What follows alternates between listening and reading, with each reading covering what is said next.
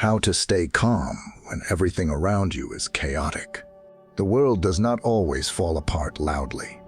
Sometimes it unravels in whispers, a message that never arrives, a voice raised a little too sharply, a dream that drifts out of reach.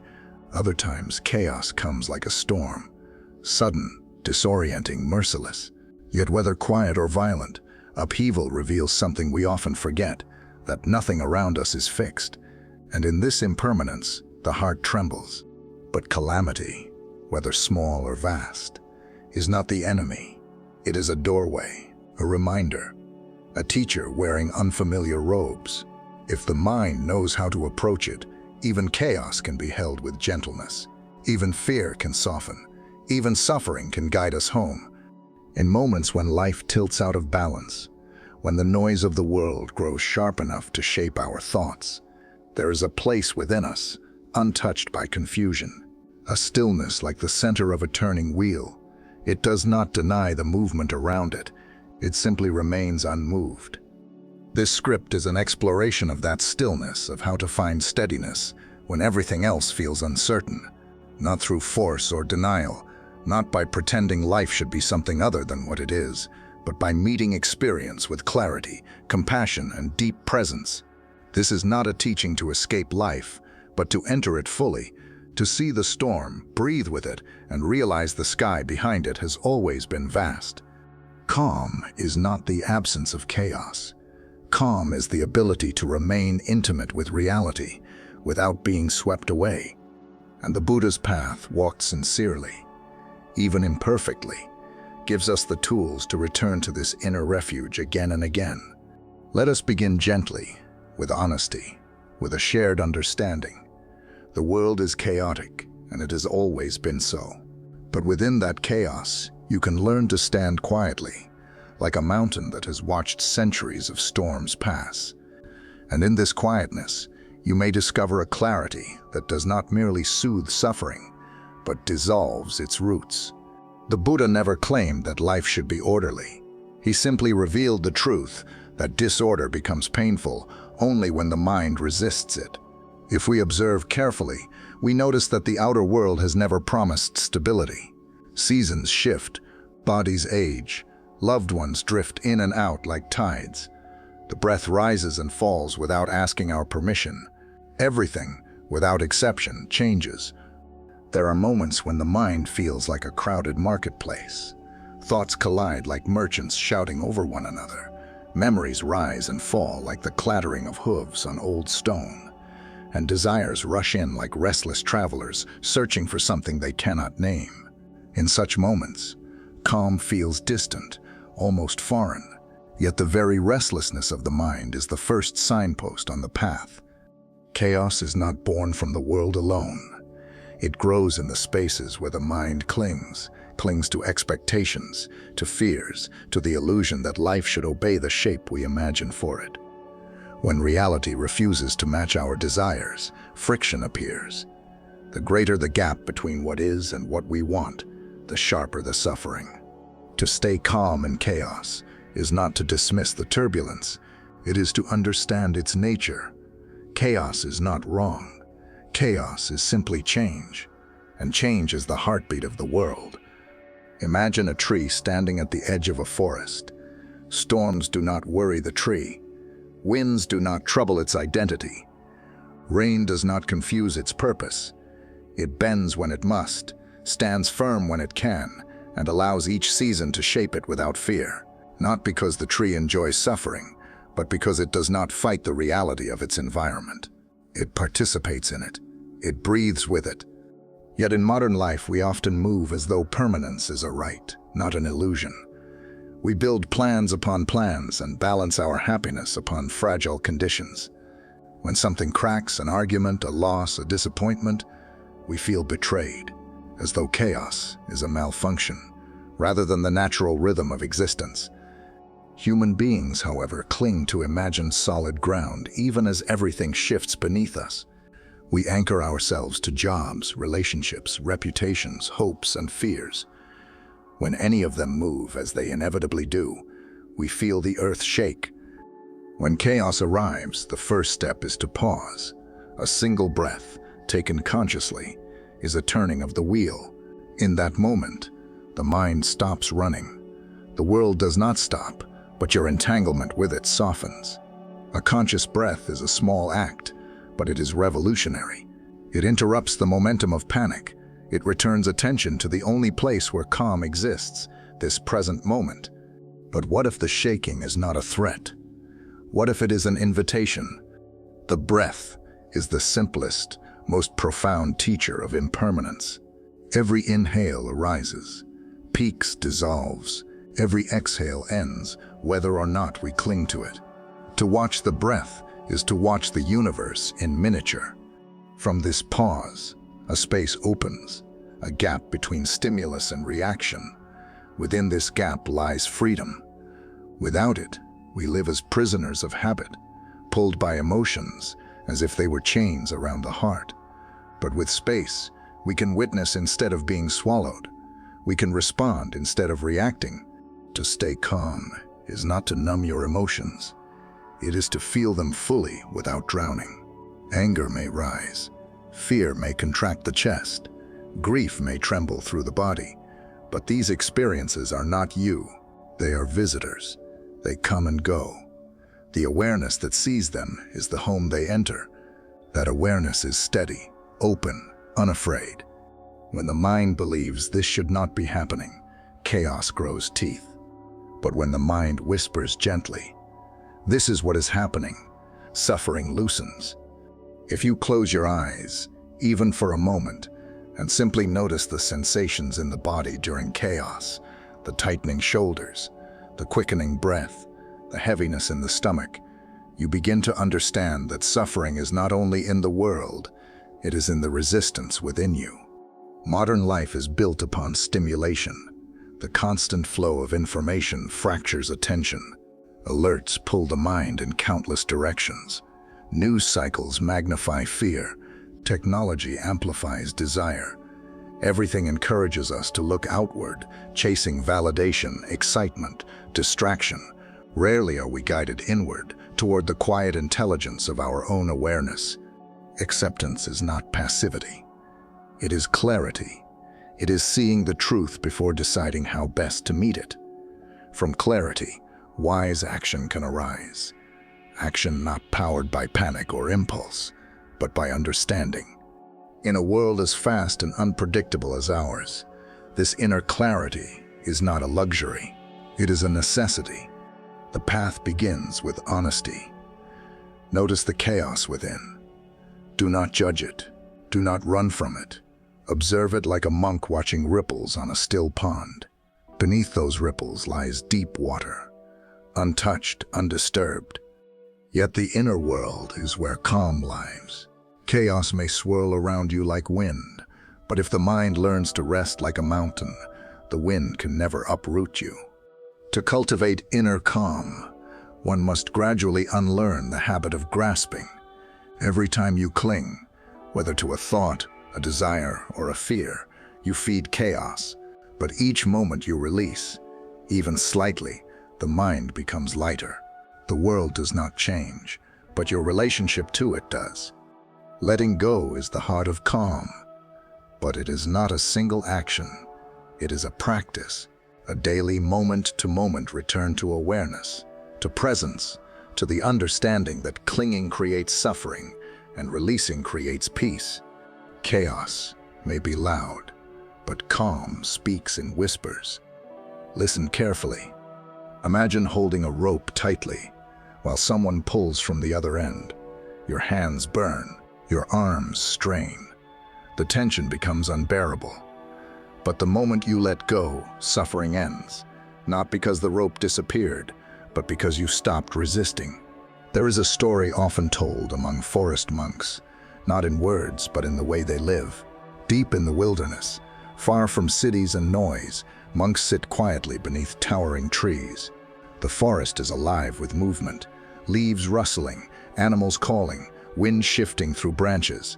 At first, the forest feels chaotic. Every sound startles, every movement draws attention. But as days pass, something remarkable happens. The mind begins to attune itself to the deeper rhythm beneath the surface. What once seemed chaotic becomes harmonious. The lesson is simple. Chaos is not in the world, it is in the mind's inability to perceive clearly. When perception changes, the world changes. This shift in perception is what Buddhist practice cultivates. Not escape, not detachment in the cold sense of the word, but a softening of the boundaries that create fear and resistance, a widening of the lens, a remembering of what is essential. In the middle of chaos, attention becomes the anchor. What you choose to focus on shapes your reality more than the circumstances themselves. If you focus on fear, fear grows. If you focus on uncertainty, the mind fills with doubt. But if you focus on the simple, grounding act of being present, feeling the breath, sensing the body, hearing the sounds around you without labeling them, the mind becomes steady. Attention is not passive. It is an active participation in the unfolding of experience. And when attention is steady, chaos loses its power to control you. But stability requires practice. The mind, left unattended, wanders through memories and projections like a traveler lost in a foreign land. It leaps into the past, searching for reasons. It leaps into the future, searching for outcomes. Rarely does it linger in the present, where life actually happens. To stay calm, the mind must learn to rest where the body is, here, in this moment, not in the story of the moment, but in the reality of it. Notice the difference. The story is filled with judgment, meaning, fear, desire. The reality is much simpler. Sensations, sounds, breath. When you drop into reality, chaos loses its drama. It becomes manageable, tangible, ordinary. Even pain, when observed without narrative, softens. Not because the pain disappears, but because suffering is removed from it. Pain is inevitable. Suffering is optional. Think of a person standing at the ocean's edge. Waves crash unpredictably, sometimes small, sometimes towering. If they try to control the waves, they drown. But if they learn to move with them, allowing each wave to rise, crash, and recede, they stay afloat. Life's chaos works the same way. Calm arises when you stop trying to command the waves and instead learn to flow with them. To cultivate this flow, one must understand the nature of the mind. The mind is like a river, constantly moving. Thoughts are the currents. Emotions are the tides. Trying to force the river to be still is not wisdom, it is frustration. Real calm comes from stepping onto the riverbank, observing the flow without identifying with it. When you see thoughts as events rather than truths, calm becomes natural. Thoughts come and go. You are the awareness that sees them. You are not the storm, but the sky that holds it. This understanding is not philosophical. It is deeply practical.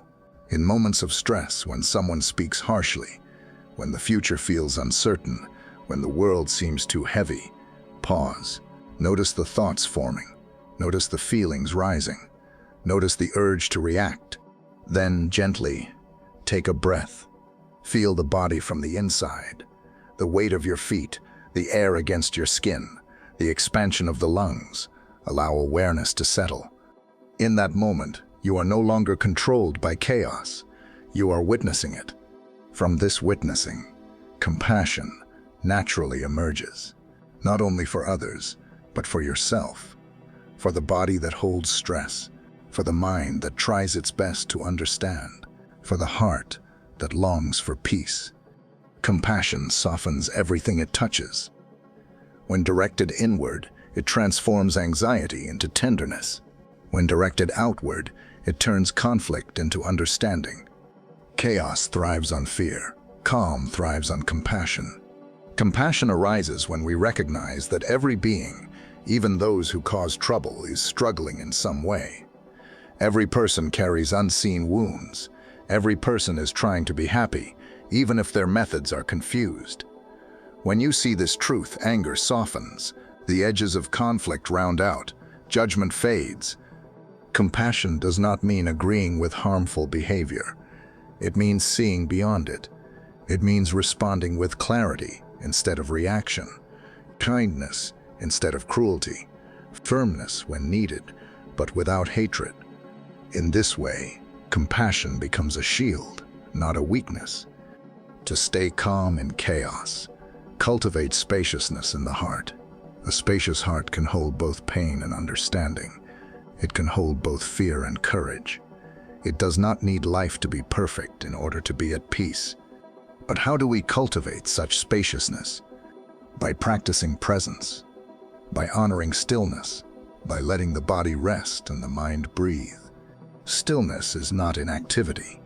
It is the conscious choice to stop feeding turmoil. It is the willingness to sit with what is uncomfortable without immediately seeking distraction. In stillness, the mind reveals its patterns. It shows what it clings to. It shows what it fears. And in seeing these patterns clearly, you gain the freedom to release them. Imagine sitting beside a calm lake. When the water is still, you can see your reflection clearly. But if the water is disturbed, the reflection shatters. The mind operates the same way. Without stillness, self-understanding is distorted. With stillness, clarity arises naturally. This clarity does not require hours of meditation. Not at first. It begins with moments. A single conscious breath, a mindful sip of tea, a pause before responding, a silent observation of the emotions rising inside you. Each small act of awareness is a seed of calm. Over time, these seeds grow into a forest of stability. The Buddha taught not as someone above suffering, but as one who understood its cause and its end.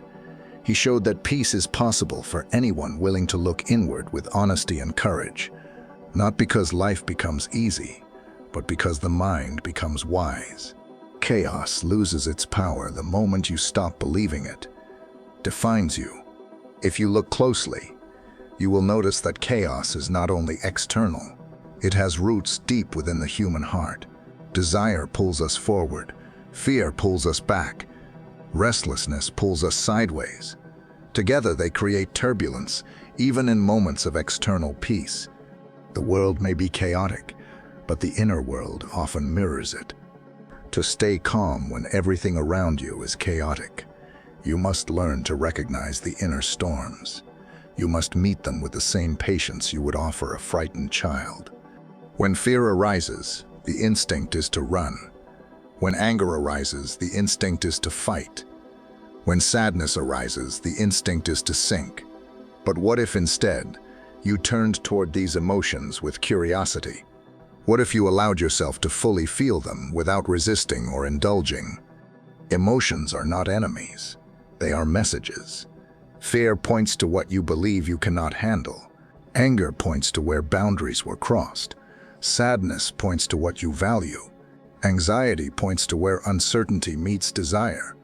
When you listen to these messages without judgment, they lose their power to overwhelm you. They become guides rather than threats. Imagine walking through a dense forest. In the dark, every sound feels dangerous. But if you walk slowly, with presence, noticing each step, each breath, each sensation, the forest becomes less frightening. You begin to understand the sounds. You begin to trust the path. Your inner world works the same way. To find calm, become intimate with your inner forest. Walk slowly through thoughts. Move gently through emotions. Sit quietly with discomfort. Notice how everything rises, peaks and fades. Nothing stays. Even the most powerful emotions eventually dissolve. This impermanence is not a loss. It is liberation. It means you are not doomed to feel anxious forever. You are not condemned to be angry forever. You are not trapped in despair forever. Everything shifts. Everything moves. Everything changes. When you understand this deeply, not intellectually, but experientially, chaos becomes less threatening. Change becomes less frightening. Uncertainty becomes less suffocating. Impermanence becomes a friend. The paradox is that embracing impermanence creates stability. The more you allow things to change, the less you suffer when they do. But embracing impermanence requires trust. Trust in your own resilience. Trust in your own awareness. Trust in the natural unfolding of life. Trust does not mean passiveness. It means recognizing that you can meet whatever arises. You can hold your experience with compassion. You can take wise action without panic. You can remain grounded, even when the ground seems to shift. This trust grows with practice. Every time you face a difficulty without collapsing into despair, trust grows. Every time you breathe through discomfort instead of fleeing from it, trust grows. Every time you choose presence over distraction, trust grows. Calm is not something you acquire. It is something you uncover. It is already within you, beneath the layers of thought, habit, and fear. Like a clear spring buried under soil, it reveals itself when you dig with patience and sincerity. But calm does not mean numbness. It is not indifference. True calm is vibrant, alive, responsive. It feels the world deeply without being destroyed by it. It engages fully without clinging. It loves without grasping. It allows without collapsing. It allows without collapsing. To embody calm in chaos is to walk the middle path, neither running from suffering nor drowning in it, neither forcing life to obey your desires nor abandoning responsibility. It is the balance of wisdom and compassion, clarity and warmth, strength and softness. This balance is the heart of Buddhist practice. One of the most profound teachings is that suffering does not come from the world itself, but from how the mind relates to it. If the mind holds loosely, openly, suffering lessens. If the mind clings tightly, desperately, suffering sharpens. Clinging can take many forms: attachment to outcomes, attachment to identity, attachment to beliefs, attachment to control. Each act of clinging ties the heart into a knot, and knots cannot be untangled by force. They loosen only through patience and gentleness. So when chaos arises, ask yourself, what am I clinging to in this moment? Perhaps it is the desire for certainty. Perhaps it is the belief that others should behave differently. Perhaps it is the image of how life should have unfolded. When you identify the clinging, you can soften. You can release even a little, and every bit of release creates space for calm. Calm grows in the spaces you create, spaces between thoughts, between breaths, between reactions.